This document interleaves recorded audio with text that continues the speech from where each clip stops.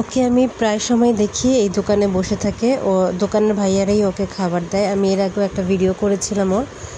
তো আমার যেহেতু বাচ্চাদের কিছু কেনাকাটা দরকার ছিল, তাই ভাবলাম ওর কাছেই চলে যাই। মাশাআল্লাহ, ও আর কিছুদিনের মধ্যেই বাবু দিবে। একদম ফ্যানের নিচে সে আরামে চেগড়িয়ে শুয়েছিল। তো আমাকে দেখে উঠে এসে সংবর্ধনা জানালো দোকানে, যেন কি আন্তরিকতা তার মধ্যে বিরাজমান। তো তার বাবুদের জন্য আমি তাকে প্রথমে আগে একটা ট্রিট নিয়ে সেই ট্রিটটা দিলাম। সে ওটা চাক্ষুষ চুক্ষুষ করে খেয়ে নিল।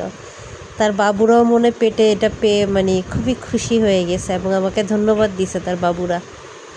তো এরপরে বাচ্চাদের জন্য স্ক্র্যাচার নষ্ট হয়ে গেছিলো। ওরা স্ক্র্যাচ সবগুলোই মিলে একদম সত্যানাশ করে ফেলছে। তাই স্ক্র্যাচারটা কিনলাম। এরপরে ওদের জন্য ট্রিট কিনলাম। মাসে একবার দুইবার ওদেরকে ট্রাই করি দেওয়ার জন্য। আর একটা ক্যান ফুডও কিনলাম চিকেনের। আর ড্রাই ফুড বলতে ক্যাট ফুড আমি আগে প্রচুর খাওয়াতাম ওদেরকে। তো তাই এখন আর আসলে ক্যাট ফুডটা খাওয়ালে ভালো বলতে রান্না বান্নার ঝামেলা নাই, ধোয়া পাকড়া বাটি ঝামেলা নাই। বাট যেহেতু এটা খেলে ওদের অনেক পরিমাণ পানি খেতে হয়, ড্রাই ফুড যেহেতু, তো ওই পরিমাণ পানিটা ওরা খাচ্ছিল না। আর ড্রাই ফ্রুটের প্রতি পুতু এতটাই আসক্তি হয়ে যাচ্ছিল যে ওরই খারাপ হচ্ছিল।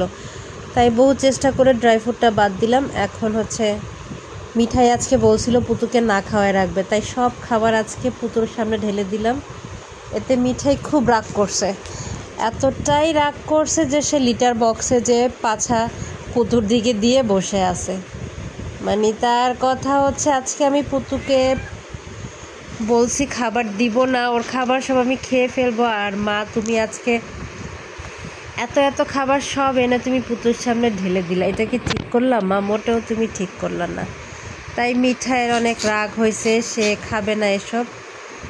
কিন্তু আবার মুখের সামনে নিলে মিঠাই না করে না, এটা মিঠাইয়ের পারিবারিক শিক্ষা। এই যে পুতু খাচ্ছে একদম চাক্ষুষ চুক্ষুষ করে। সবাই চলে আসছে খাবারটা খাওয়ার জন্য। তো আগে পুতুকে দিয়ে ওপেন করলাম। ঘরের মাস্টার সে, ওই যে পুতুর বাচ্চাও চলে আসছে। বাপের কাছ থেকে কেড়ে খাবে, গন্ধে গন্ধে চলে আসছে। বাপরে খেতে দিবে না, এখন সেই খাবে।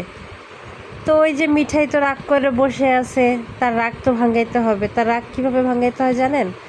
তার রাগ ভাঙানোর সহজ উপায় তার সামনে আপনি খাবার নিয়ে যান, যে কোনো খাবার সে যেটা খায়, নিয়ে গেলেই তার রাগ ভেঙে যায়। কোনো রাগ নাই, তার কোনো কিছুই নাই। আসেন দেখি মিঠাই রাগটা ভাঙাইতে পারি কিনা।